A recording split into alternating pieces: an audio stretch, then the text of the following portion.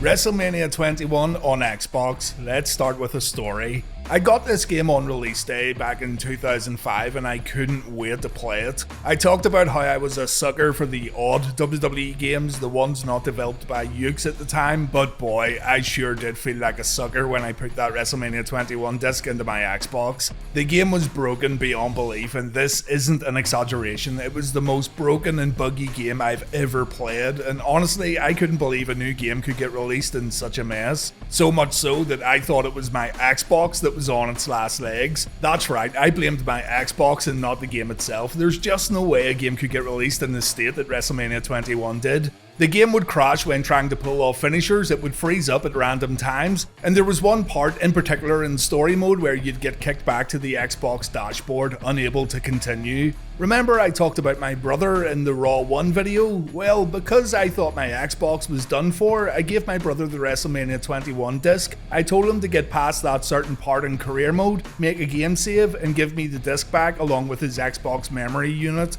That should at least solve the problem with career mode. Of course, it didn't fix anything. He had the same issues on his console, so the game itself was the problem.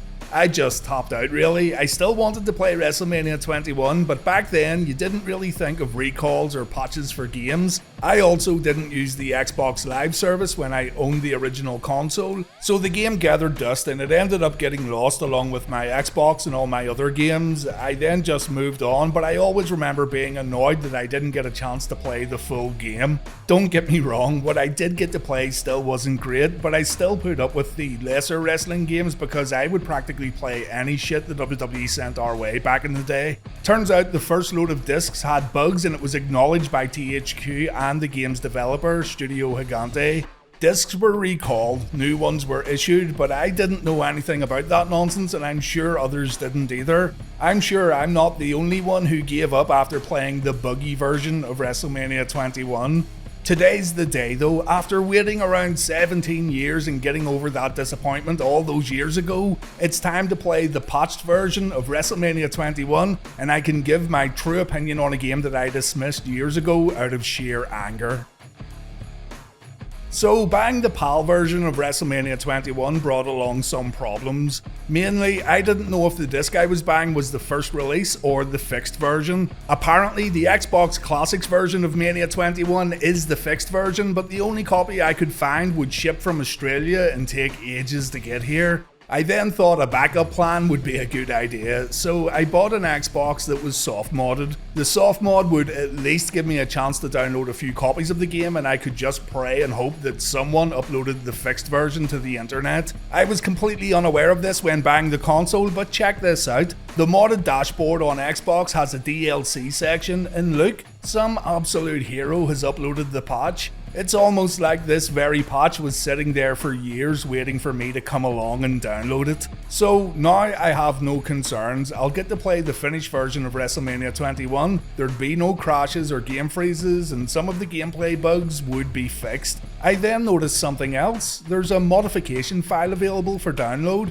This mod allows us to play as characters removed from the game and characters only available in cutscenes. Goldberg, for example, was removed from the game, but this patch puts him back in the roster along with the likes of Eric Bischoff, Vince McMahon and Teddy Long, but we'll check that towards the end of the video. It looks like the mod has a ton of additional content. Do keep in mind though that I had no idea at all that the patch and mod were available through the soft mod menu. These were just the absolute best kind of bonuses and it made my job a lot easier. Again, this soft modded Xbox was the best £25 I ever spent. I'm not condoning piracy, but then again, these bastards sold me a broken game all those years ago, so I'm not all that worried. Studio Gigante developed WrestleMania 21, headed by John Tobias. The company had released just one game before Mania, Tao Fang Fist of the Lotus. You can see the Mortal Kombat inspiration throughout the game with Tobias working on the project as head designer, but the game received mixed reviews. A big license would help the studio massively. THQ were looking for a new development team after they fired the team at Anchor Interactive for their work on Raw 1 and Raw 2, so Tobias's team got to work on WrestleMania 21. The game was delayed quite a few times and clearly it needed further delays, but there must have been pressure from THQ to get the game on shelves in time for WrestleMania season. The game was finally released in North America on April 20th, 2005, and as mentioned, it was a mess. Along with the aforementioned problems that I and everyone else had with the game, the online portion of WrestleMania 21 simply didn't work. Xbox Live Access was broken, and you can look back at forum posts from all those years ago and see people complaining and demanding refunds. THQ must have been pissed off. They got rid of Anchor, they brought in this new upstart development company, and from day one the game was a disaster. The discs were recalled, with buyers getting offered a replacement disc with an updated version of the game, and eventually a patch was released on Xbox Live that fixed many of the game's issues. Let's take a look at the roster first of all. Some of the renders look absolutely fine, others look pretty bad. We have 40 superstars here along with 5 legends, giving us 45 wrestlers in total to choose from, and there's also alternative versions of The Big Show and Rey Mysterio that can be unlocked. Coming from 64 characters in WWE Raw 2 makes WrestleMania 21's roster feel a little underwhelming, but there should be a few characters you'd want to play as here. The unlockable legends are Mankind, The Rock, Andre the Giant, Bret Hart, and Jimmy Snuka. I can't get over how weird some of these renders are though. Kurt Angle looks a little odd, so does Andre. Mick Foley and Eugene also don't look too great. At least they got Triple H right though. Let's start a quick exhibition match then and we can go through the controls. Don't worry, I'll talk about the glitches a little later on. The first thing you're going to notice here is that WrestleMania 21 on Xbox looks absolutely fantastic. Forget what I said about the arenas in Raw 1 and Raw 2, WrestleMania 21 completely blows those games away when it comes to graphics. Arena lights glow bright and moving spotlights shine over the audience. Stages and sets look absolutely perfect, and the crowd looks good for this era of wrestling games. The audience looks very lively. I can't say enough good things about the arenas and stages in WrestleMania 21, they all look absolutely brilliant. Entrances too are fantastic. Not all, but most are on point. Motion capture work was completed for WrestleMania 21 and it shows, but even the facial expressions are great in the game. Check out Shawn Michaels strutting his way to the ring, for example. Or take a look at Randy Orton's cocky walk as he looks at the crowd with a smug grin. Keep in mind that the first Smackdown vs. Raw was the game people were playing on PS2 at the time, and in my opinion, the entrances in WrestleMania 21 are just better. When compared to Raw 1 and Raw 2, there's no comparison at all. Character models in general look fantastic. Each character was reportedly made up of 10,000 polygons, almost twice as many as the models in Smackdown vs. Raw. So when it comes to graphics and how the game looks, WrestleMania 21 was a winner. And then the bell rings and what can I say, it all falls apart really. Again, we're going to look at WrestleMania 21 shortcomings in a bit, but let me show you the button layout first. This is weird in itself. Strikes are performed with the X button. A different direction performs a different strike. A is your grapple button. Tap it for a quick grapple, hold it for a strong grapple.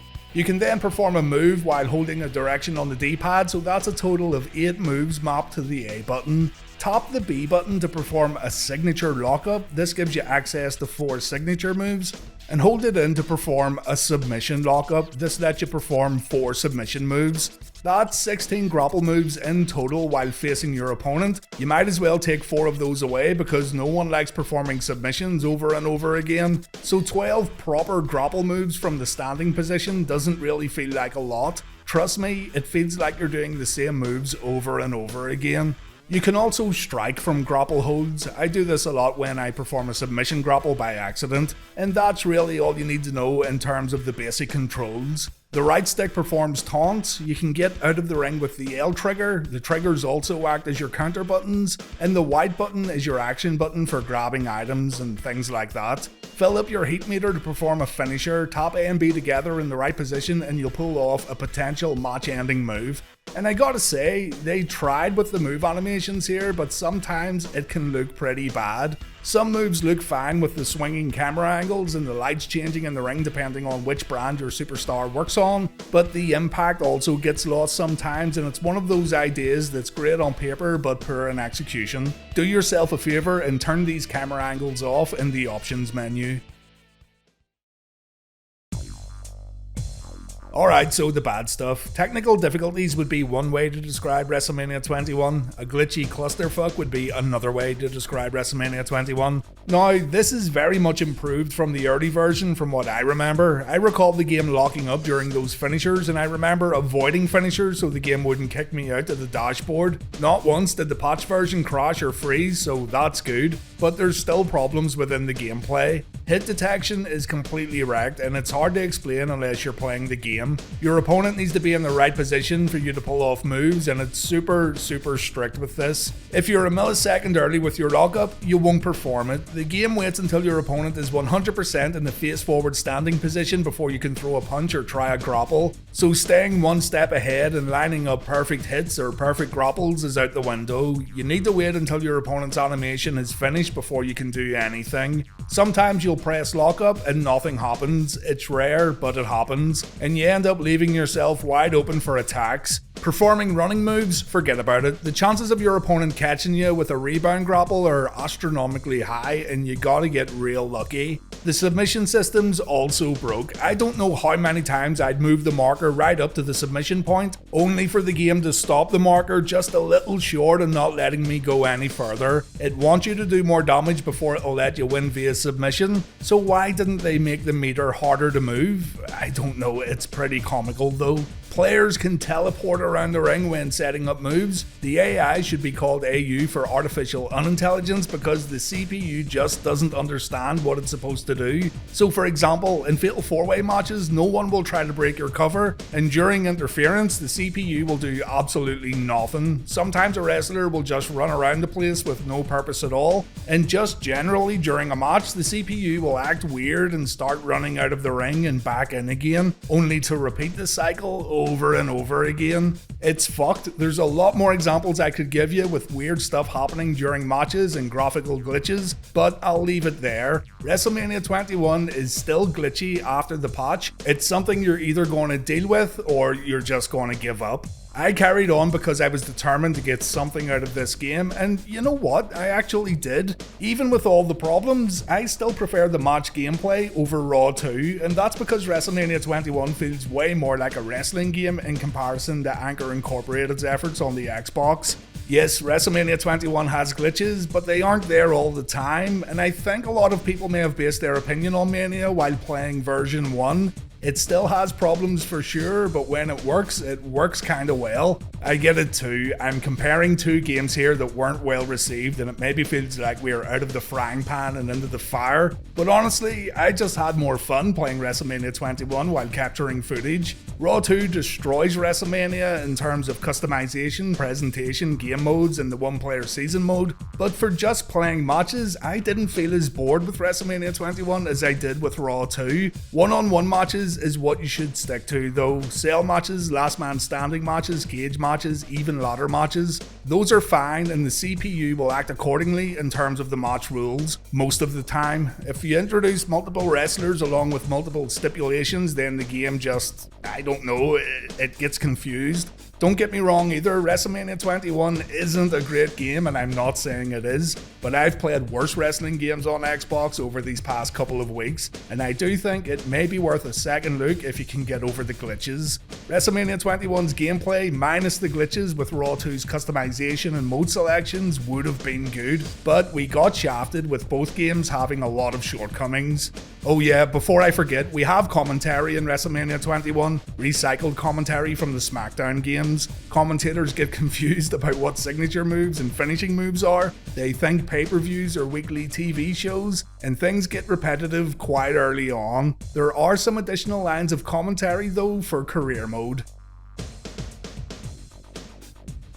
I touched briefly on the match types, but let's take a proper look and see what's on offer. The menus are all messed up, by the way. We've got singles matches, bra and panty matches. I like how that's the second selection, like it's some sort of big deal. Tag, handicap, triple threat, fatal 4-way matches, last man standing, battle royal and Royal Rumble matches. You can get more options when you select one of these modes. So in the singles menu, we can pick cage matches, Hell in a Cell, table, TLC and ladder matches. Pick table matches and watch the table disappear after you break it. That's great, isn't it? Cage, Hell in a Cell, TLC and ladder matches play alright, but as mentioned, adding more competitors can cause problems. Here's something weird though. I set up a fatal 4-way with 4 female superstars and the game slowed down to a snail's pace. I set up another fatal 4-way in the same arena with male competitors and the game played absolutely fine.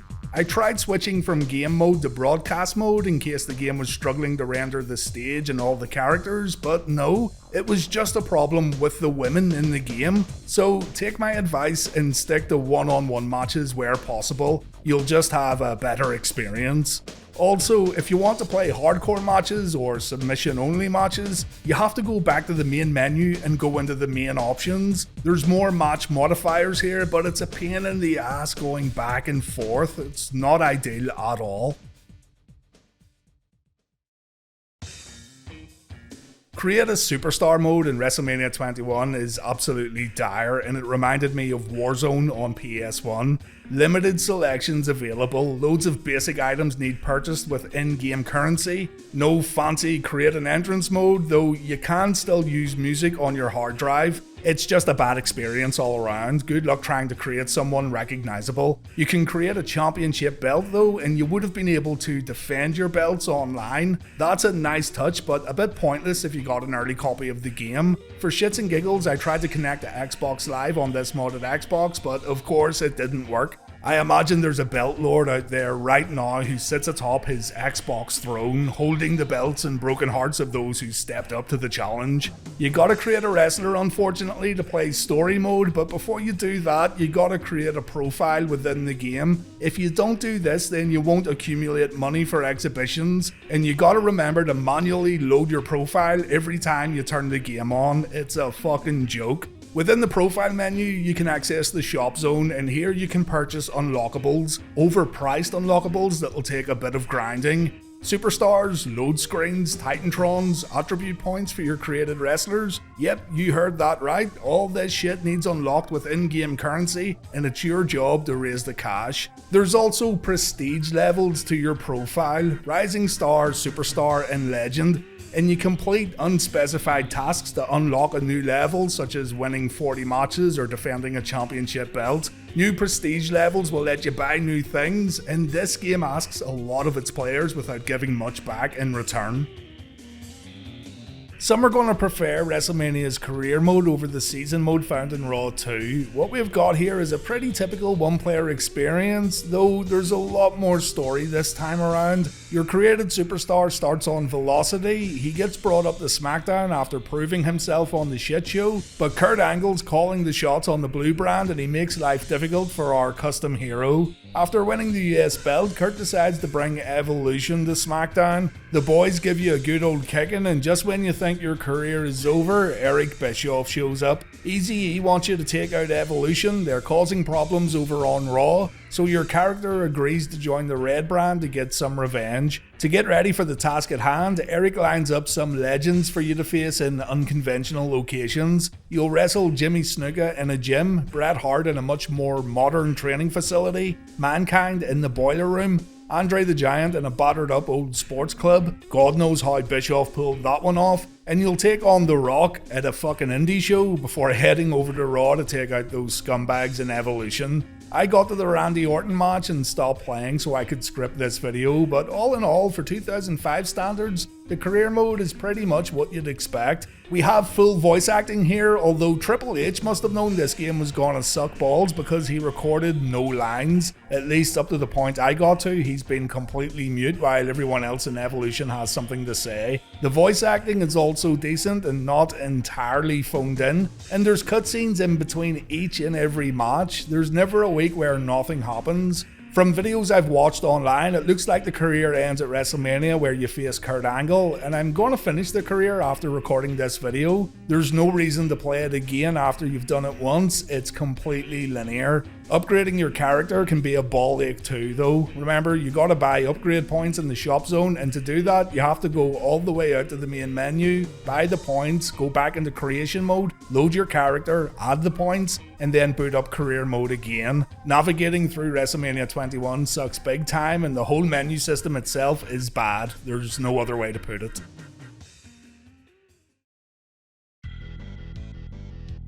Alright, let's wrap it up by looking at the mods. Download the file, install it in your WrestleMania 21 folder, and there you go. You've got the likes of Goldberg, Vince McMahon, Jim Ross coming to the ring with Val Venus's music, Teddy Long, and there's Taz, also coming to the ring with Val Venus's music.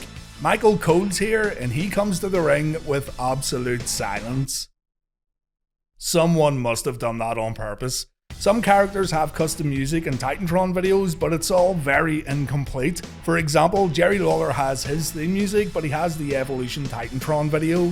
These characters are pretty much skins, by the way. They don't have their own movesets or entrance animations, but you still gotta appreciate the work that went into getting these models into the game. A ton of characters have been given new attires too, and there's plenty of versions of guys like Triple H, Shawn Michaels, and Batista. And some of these characters have also been given more appropriate theme music. There's even a 1997 version of Bret Hart here. But the mod also makes your game a little messy. Loading screens won't have proper renders, for example, so it's really up to you if you feel the mod's worth it. It's pretty cool seeing the Goldberg model though. Goldberg was removed from the game when he decided not to renew his WWE contract. I think I'm gonna uninstall the mod though. It's fun to look through and all, but we don't need WrestleMania 21 getting any more messy than what it already is.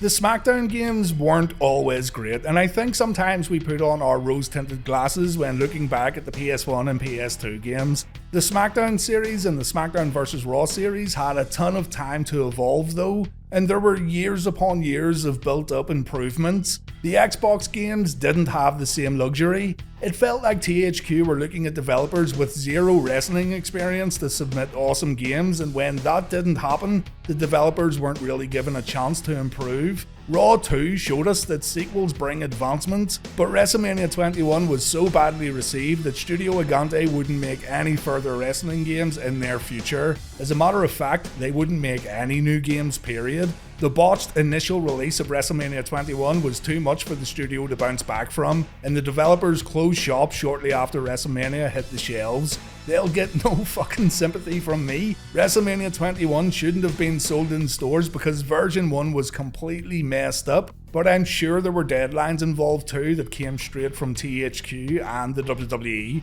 As much as I like the visuals in WrestleMania 21, as much as I think matches aren't nearly as bad as what everyone makes them out to be, and as much as I think story mode isn't bad at all, I'm not going to kid myself either. As a complete package, WrestleMania 21 isn't good. I may find the gameplay a little more fun over Raw 2, but at least Raw 2 isn't buggy or glitchy. It's very easy to see why the vast majority would choose Raw 2 over WrestleMania. In saying that, and to put a bow on this video, I feel I've put something to rest today. I was always annoyed that I didn't get to play this game all those years ago. It feels a little bittersweet though. It's a game that escaped me for the longest time, but after playing it, I feel like I really shouldn't have cared about it all that much. Still, if I want to play a wrestling game on the original Xbox in the future, I'll probably reach for WrestleMania 21 first. It's not like I have time anymore to mess around with Raw 2's creation suite, although I still have great memories of that too. That's it then for the original Xbox, WWF and WWE games. I hope you enjoyed this little mini series of videos, and thanks to Chris at Reload Last Save for helping me edit these up. Thanks for watching guys, and take care.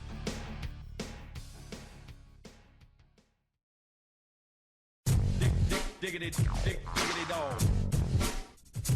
Breaking. Diggity dog.